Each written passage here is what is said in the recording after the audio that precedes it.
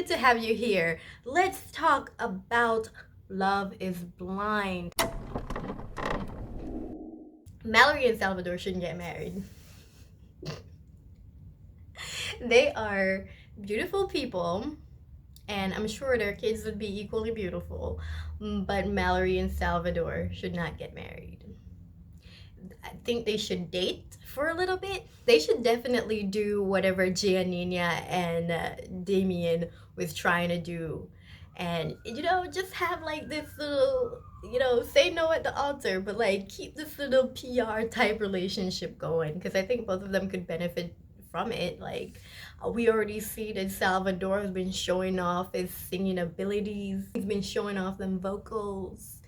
And she's a good looking girl. I'm pretty sure that it'll be easy for her to become a quick influencer like Giannina. Granted, Giannina was already an influencer by then, but I'm just saying, y'all could get a bag off of this, and y'all don't have to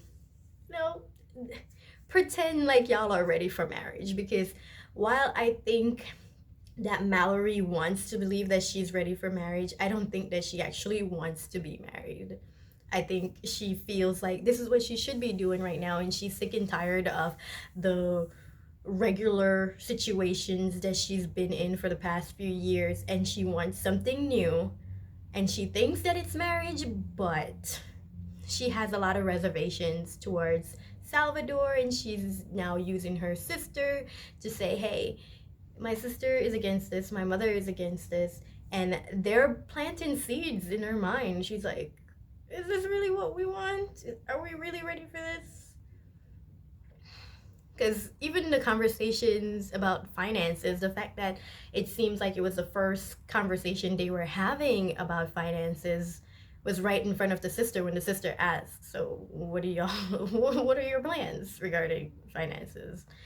And his thing is he doesn't want anything from her. But it's not a matter of whether or not he wants anything from her. It's like, your assets are going to be combined in some way or another because you're going to be married. What if you don't have any sort of plan? Like, you need some sort of plan. And yeah, they have not gone down that road because it just seemed like it's very surface level for Mallory. And the fact that she's just like going in and out of love, questioning her ability to actually love Salvador, and her love seemed to only just pop up when he's singing to her. No, she loves the way he loves her. Salvador is surprising. Good looking guy who's very much into singing and the arts and never played baseball a day in his life. Turns out he's a pretty good hitter. He can play baseball. It was so surprising. He was surprised. He's like, I don't know, never played baseball in my life. Maybe he's just one of those people who are good at everything. They're just like, oh, I don't know if I'm good at it. I just never tried. And when they actually try, they're actually good at it. Maybe he's one of those people. Let's talk about Abhishek and Deepti. Aren't their families really lovely? They're just really nice. They seem so nice and welcoming to each of them. Like, Deepti's family was very welcoming to Abhishek, and Abhishek's parents were really welcoming to Deepti. And it seemed so nice that they instantly are like, well, it's kind of like you were in an arranged marriage. And Deepti's family were like, you're against that stuff, you didn't want that, but here you are doing a very similar process. And it just seemed like they mesh so well and everything seems so great. But then every time Abhishek is mentioning how great Deepti is, he have to mention that he's not physically attracted to her because he thinks of her like his aunt. She is a very good looking woman, and she have all these amazing qualities. Everybody seemed to love her. She seemed like the life of the party too. And somehow you just seen her as his aunt. Simply, it's definitely simply because she doesn't fit the usual type that he usually goes for, which is blonde white woman. And because for so many years he's convinced himself in the mind that he needs a blonde white woman to somewhat feel seen. So his own insecurities are being projected onto whatever mate that he's with, that they need to fit certain boxes or a box that he thinks is the ideal. And it's just, there is a mental, emotional situation there going on in Abhishek's mind. And it just, I really wish that wasn't the case, because this man seemed to be willing to, like, he claims that he's not willing to give up Deepti, but I don't know if he's gonna say yes at the altar, because he's there thinking, so what if, like, in the next 30 years am I gonna be able to keep a marriage alive for 30 years without sexual attraction? I'm like, I don't see the reason why you ain't sexually attracted to that lady. You need to get some therapy, because that's some deep self-hatred if that's how you feel just because she's an Indian woman. I love that Abhishek's mom was just like, no, you're the problem. You should be glad. Like, this woman deserves better than you.